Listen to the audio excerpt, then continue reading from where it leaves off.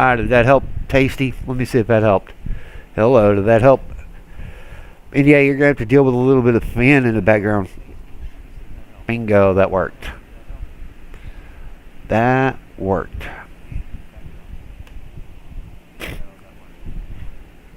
Alright. Alright, Tasty, I can get you a link and get you in here if you want to go in.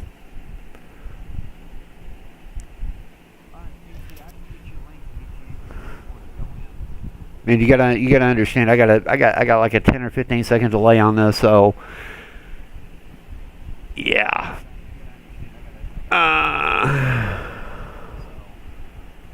All right, let me see if I can figure this out.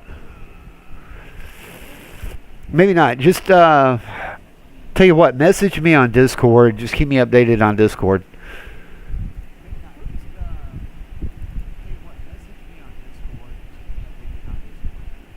And I'm going to try my best to keep all this going. It's not going to be a real long stream.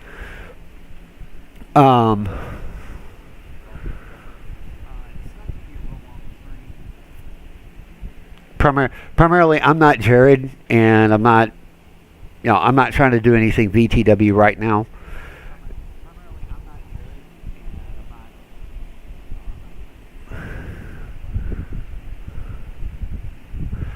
Well, that slight hiss, that's what you're hearing as the fan coming through. That's what you're hearing, Tasty. Tasty saying the fan isn't going through.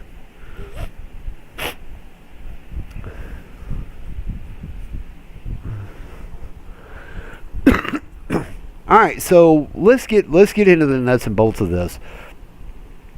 We have Donald Trump, who has a various level of plan for the border, who has a plan for the economy, who has a plan for just about everything. Not everything's going to work with him. Not everything's going to have to work with him. Okay, and then we have Kamala Harris, who, yeah, let's face it, Kamala is Kamala, and there's nothing we can really do to really change that. You're talking about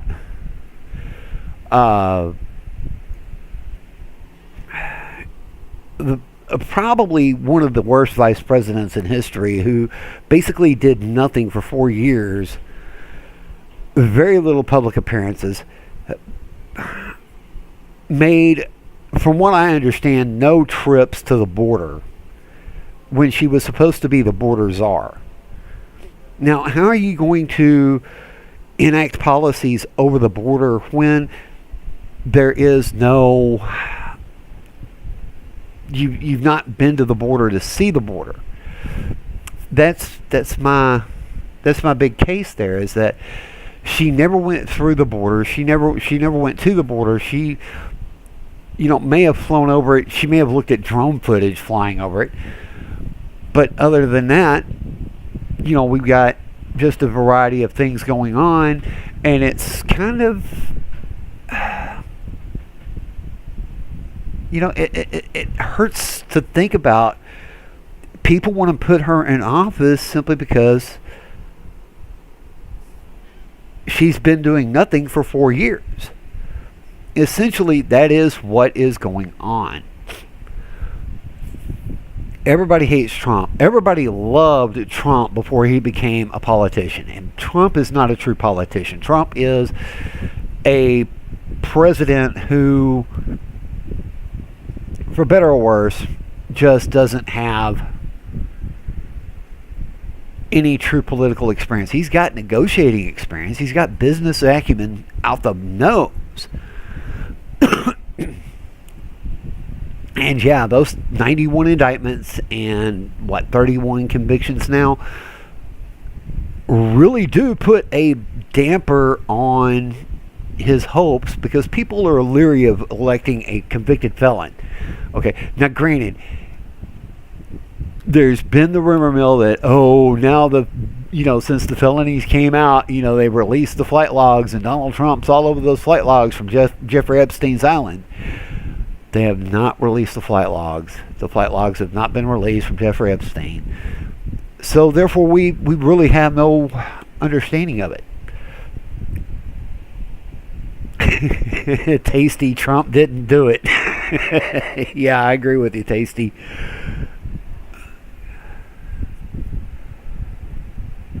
Anamorphic mind. Oh joy, I just saw your comment. You won't see that. I haven't talked to Look-a-Pig. It's probably more Jared and Look-a-Pig for president. That's more who you're going to be looking at is yeah, Jared and Look-a-Pig. Maybe even Reds and Look-a-Pig. That would probably be a better ticket.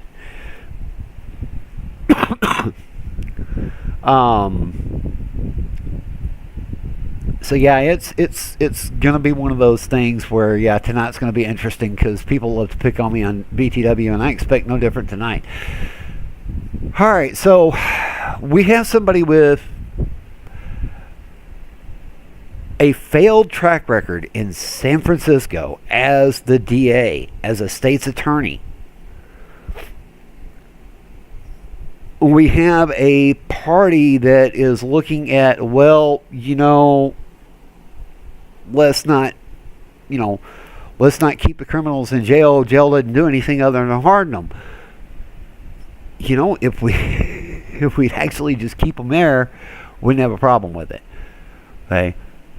I've been on the backside of that. I've been on the downside of that. Okay. I did a year probation a couple of years ago. Okay. I got no problem admitting that. It was a Class A misdemeanor. Okay.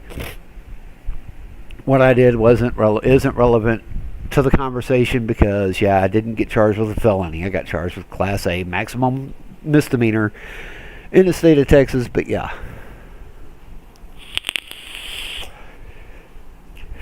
And watch, YouTube's going to ban me because I'll vape on this stream. We'll roll with it until then.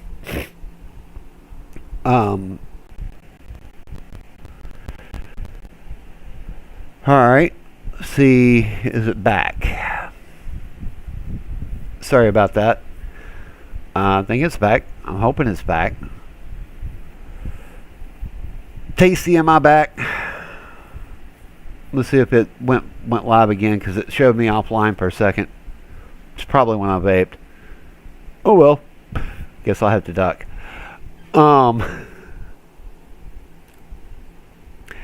We're looking at we are so back, yes. Tasty, I promise you I'll figure out a way to get I don't have the experience with streaming multi-streams and everything like Jared has, like Jay has. So next time around, and it'll probably be, if we don't do a VTW, it'll probably be next week.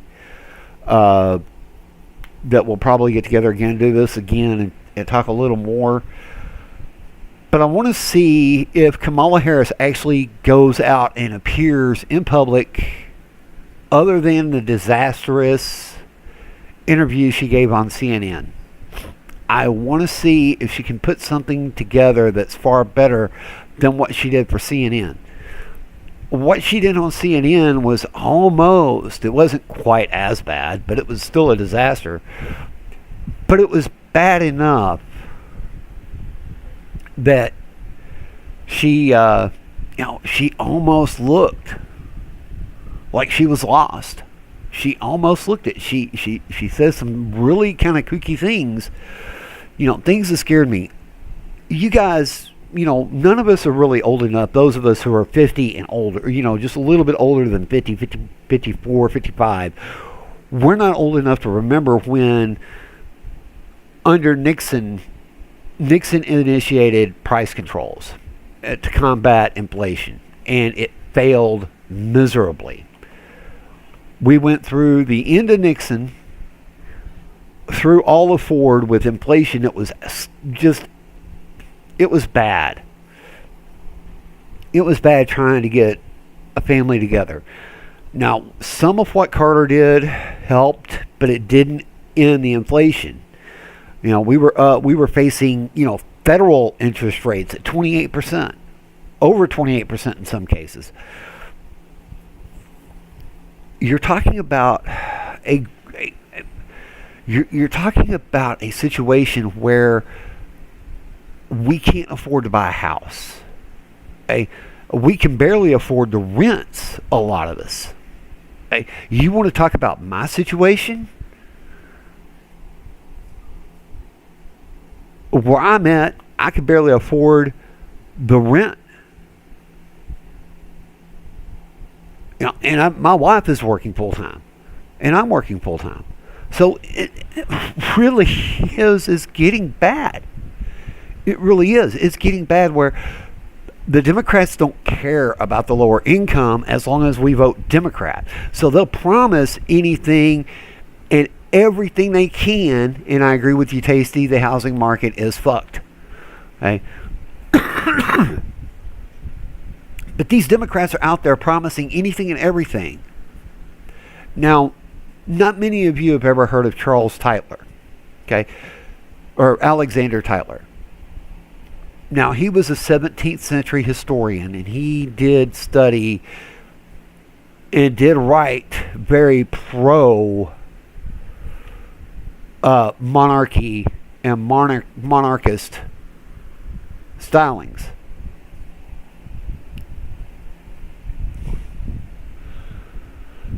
You know, Tasty, I agree with you on that comment. Yeah, we're not going to be able to buy a house without selling a kidney, a chunk of liver, an arm, a leg, and yeah, one part of the male anatomy that's going to be on the left side. So it's Alexander Charles Tyler had the tyrannist wheel, or the tyranny wheel. Okay. Oh, yeah. No. Tasty, I agree with you. Yeah, the whole rural housing situation everywhere is skyrocketing. Here, 5 years ago, house would have ran you $75,000 for a 3-2 house, with or without a detached garage.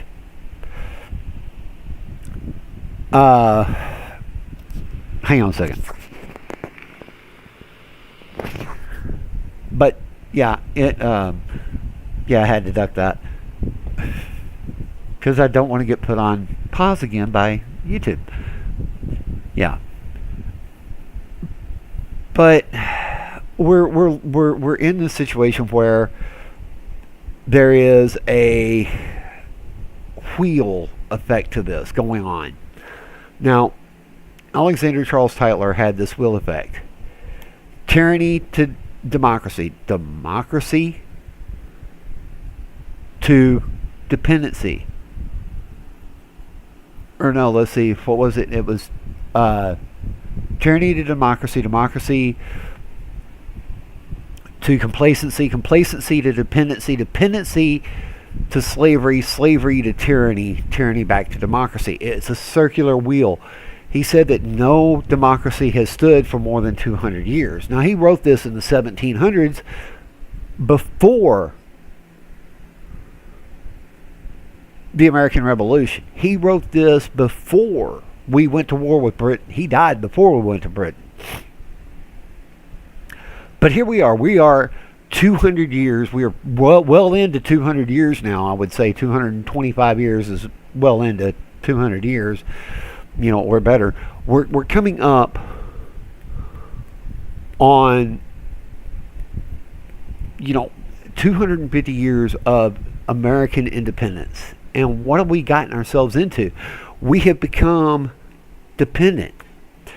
He said the primary reason why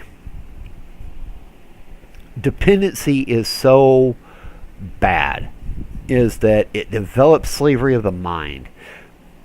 Now, slavery of the mind is something that I constantly comment about when I talk politics. Because so many people are falling into this slavery of the mind. We're falling into this situation of the economy's so bad, and now the college degrees aren't worth anything. Well, there are a couple of places where, yeah, there are things that we're giving degrees out for that we shouldn't even have as a college degree. I'm not going to mention them here because I don't want to get blacklisted before I get a chance to monetize my channel. But we're looking at, what is Kamala going to do to get the votes? What is she going to do to win back some of those votes from the young men who are looking around going, why am I so ignored? Why am I being ignored by both political parties? I can understand it with the Republican Party. They've got a man up there. He's talking about man issues and telling me to man up. But then I'll look over here and it's all about nothing more than special rights for special groups. And I don't fit into any of them. Okay? And that's what's going on with a large chunk of it. We're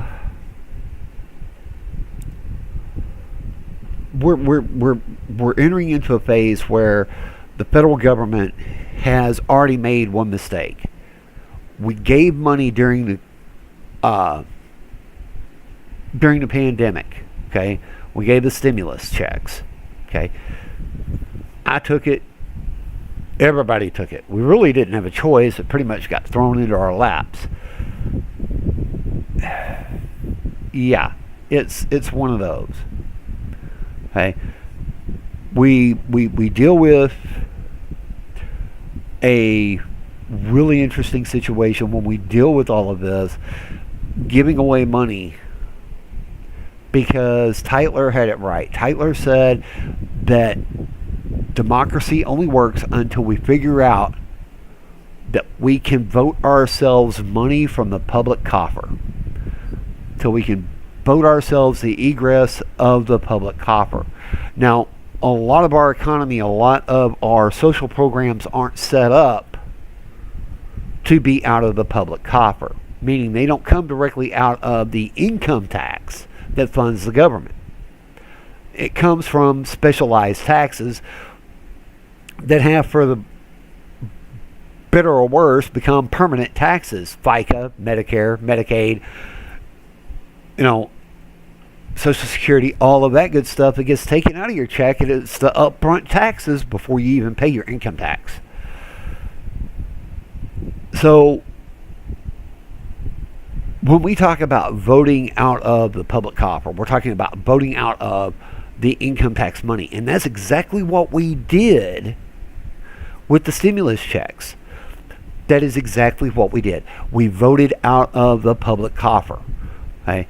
There were reasons why it was so bad, and why even then I was against it.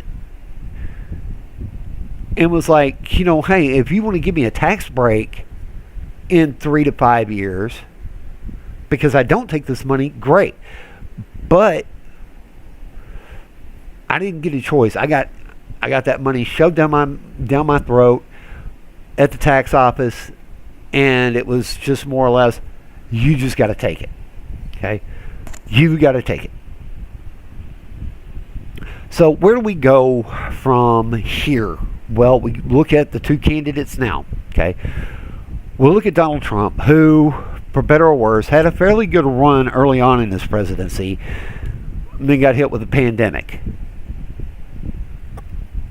And he got knocked out by that pandemic. That pandemic was the best case scenario for any Democrat that ran against him. Hillary could have run against him, in my opinion. Hillary could have run against him again in 2020 and won. Michelle Obama could have run against him in 2020 and won.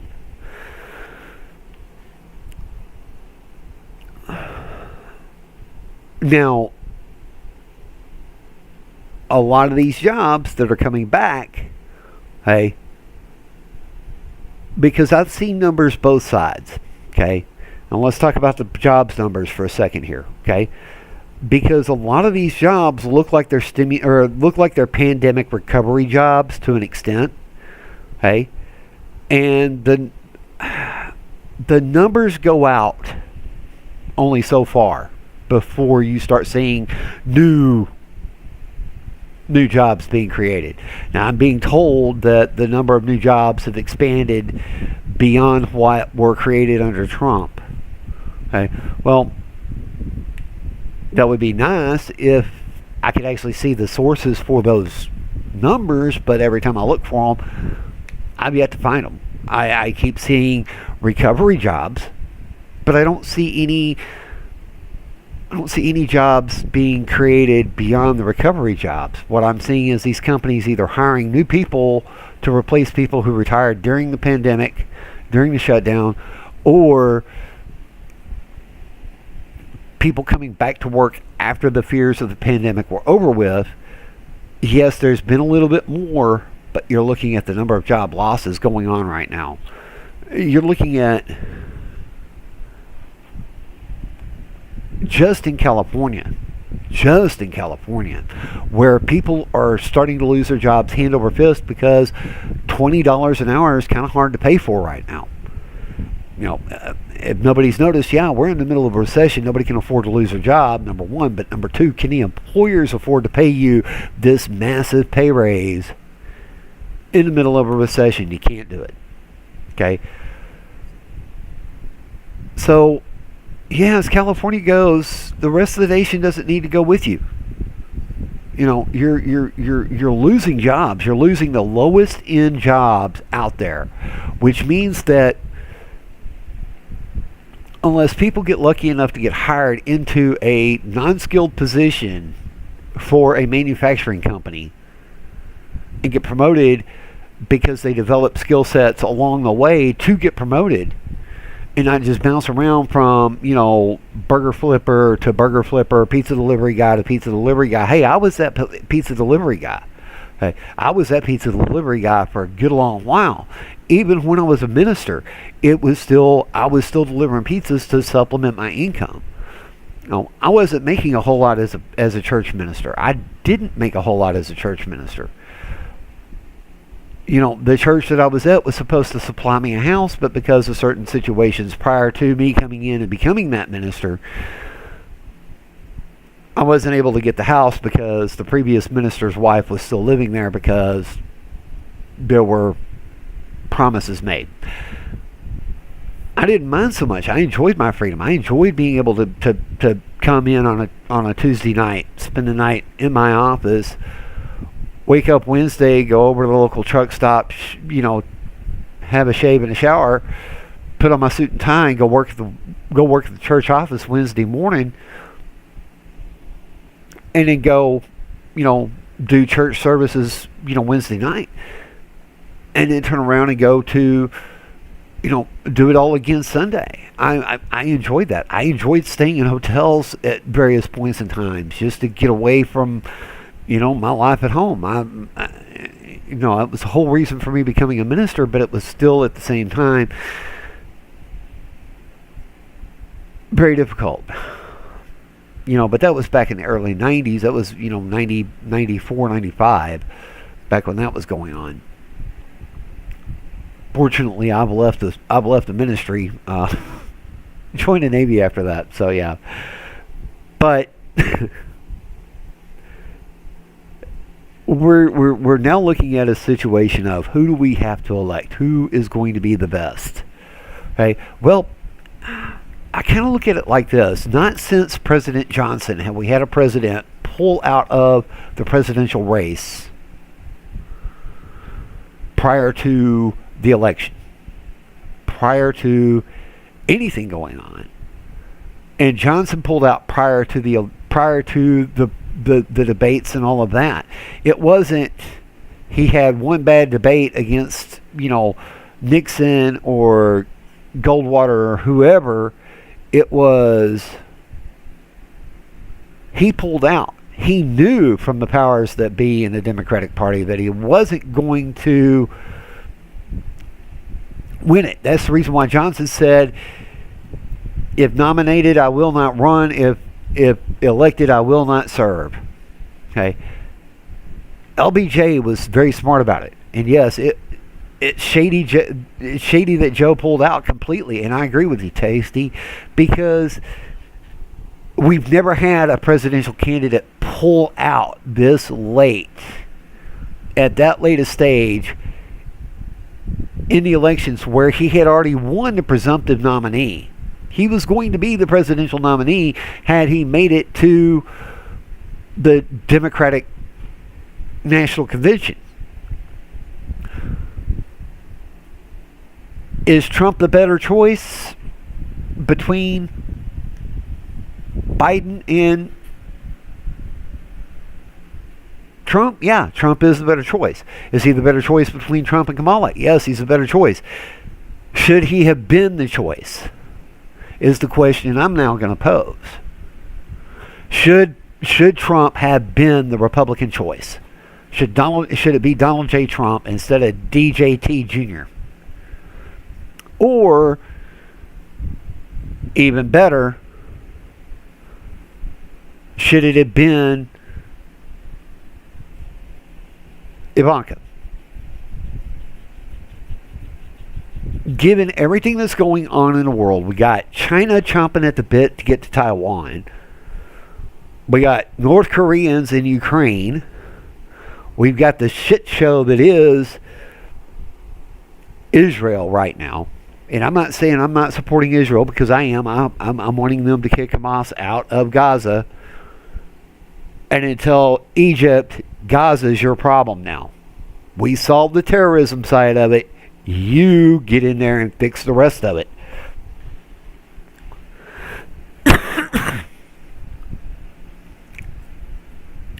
We have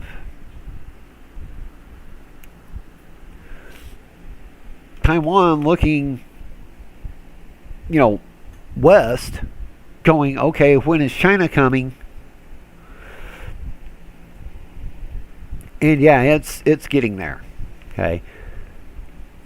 Do I think China invades within the next 5 years? Probably not. I think they invade probably closer to 2030. What do I think is going to happen in Ukraine? What happens in Ukraine will directly affect and directly influence what happens with China and Taiwan. Okay? Because if Russia does use a tactical nuke, the question I have is, are we going to respond in kind or of like kind? Okay? Understand my differential there. Yeah, I mean, and Tasty, yes, I agree with you. Ukraine is kicking Russia's ass. Okay? No argument there.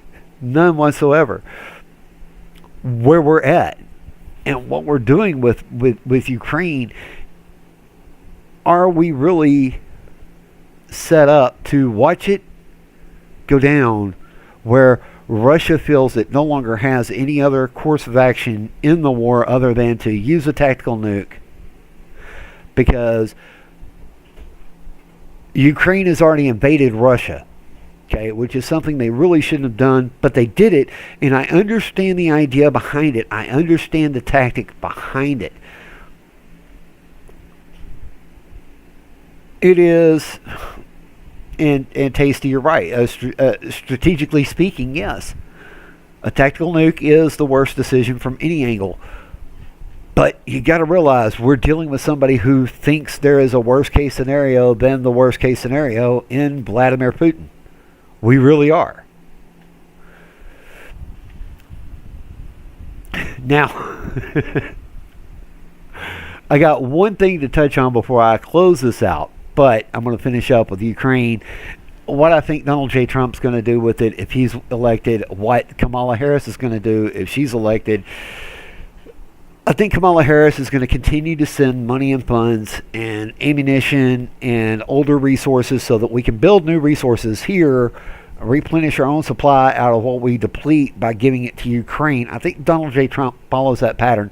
But I think Trump goes, okay, instead of giving you exactly what you need, we need to look at our allies over in NATO, over in the EU, and say, you guys have got to make up the rest of this. We can't continue to send this amount of stuff over there and be able to defend you idiots when it comes down to it. And I know if Bo was watching, Bo would rip me a new one for saying that.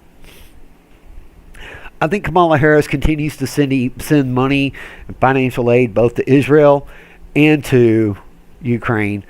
I think Trump says to Israel, okay, you've got to make a decision on what to do with Gaza.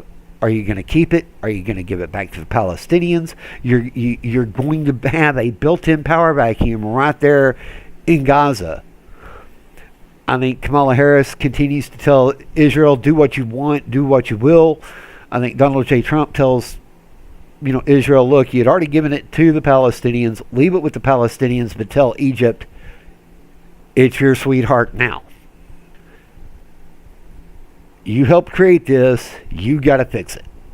We tried. We wiped them out. We wiped Hamas out.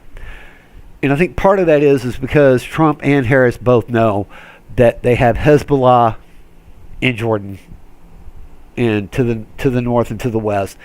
They can't really have that.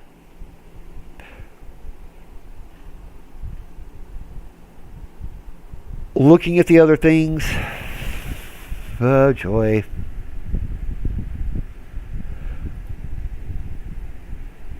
Yeah, I don't know what's going on with my stream, but yeah, I guess I said something fairly unpopular.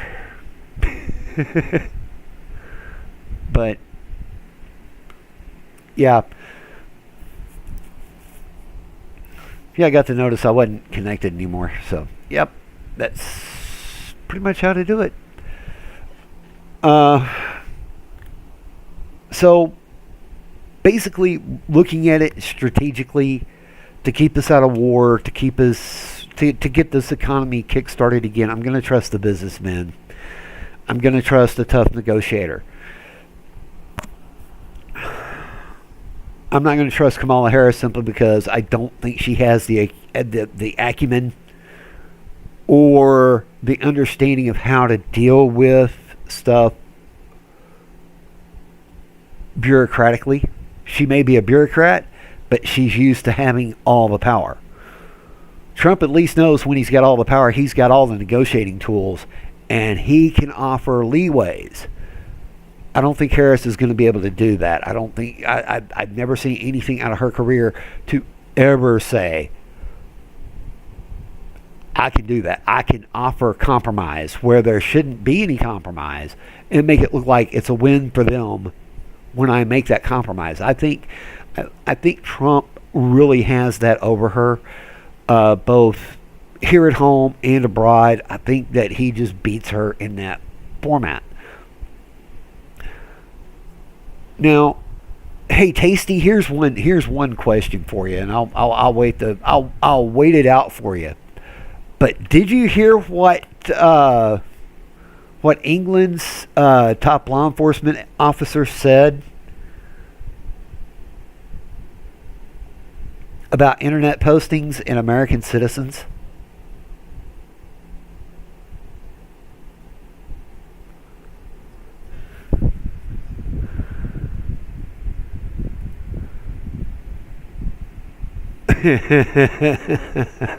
Okay, all right, so England has this internet decency law, and apparently Americans and their internet postings have walked all over it and all through it.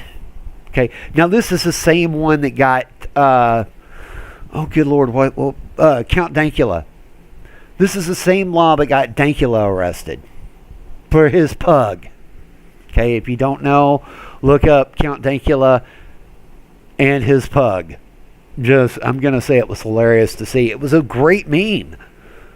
I mean, I wouldn't have necessarily used those, but I would have taught my dog to do that if I'd have had the patience to do it with a pug. I've never had patience to do it with a pug. But needless to say, he has said that he's going to start issuing warrants for international arrest of American citizens for their internet postings in violation of England's internet decency laws. And I'm just kind of curious, Stacey, what do you think of that one?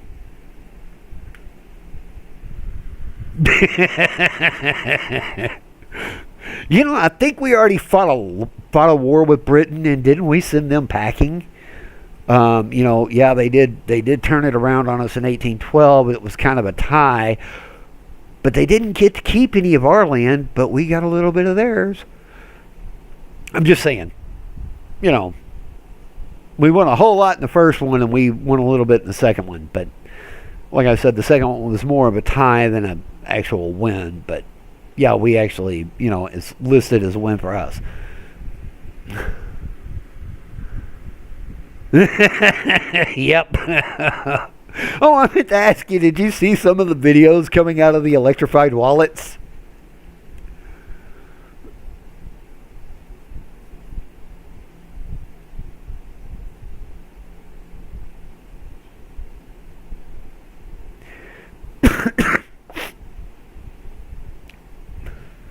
Oh my God. I had no idea that that was what I was looking at until I realized, oh man, that's Paris.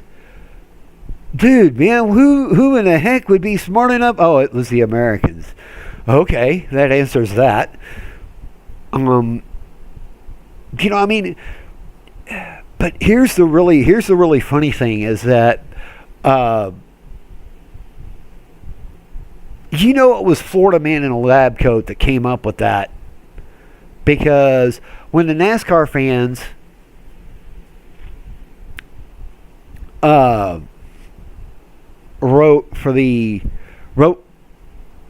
France for the Winnebago parking and gun permits for the 2024 Le Mans.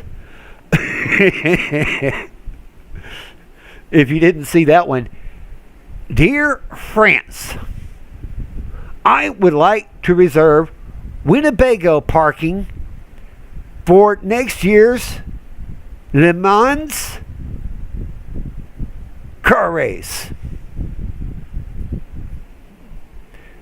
P.S. Can I bring my guns? I love Habitual Line Crosser. I think he's great. And if you hadn't seen that one, go look that one up too. It's, yeah. But anyway, ladies and gentlemen, I will catch y'all down the line. I am done for the evening. I want to go get a couple of beers. Wait for the wife to get home. And tasty with the devil. I hope you enjoyed it. I hope you found it kind of informative, and I hope you go back and look at it and double check me on this. I'll save this one, and we will catch y'all down the line. Y'all be safe. Be careful. If you're going fishing this week, catch one for me, because I'm not going to be able to. Have fun, ladies and gentlemen. I'm out.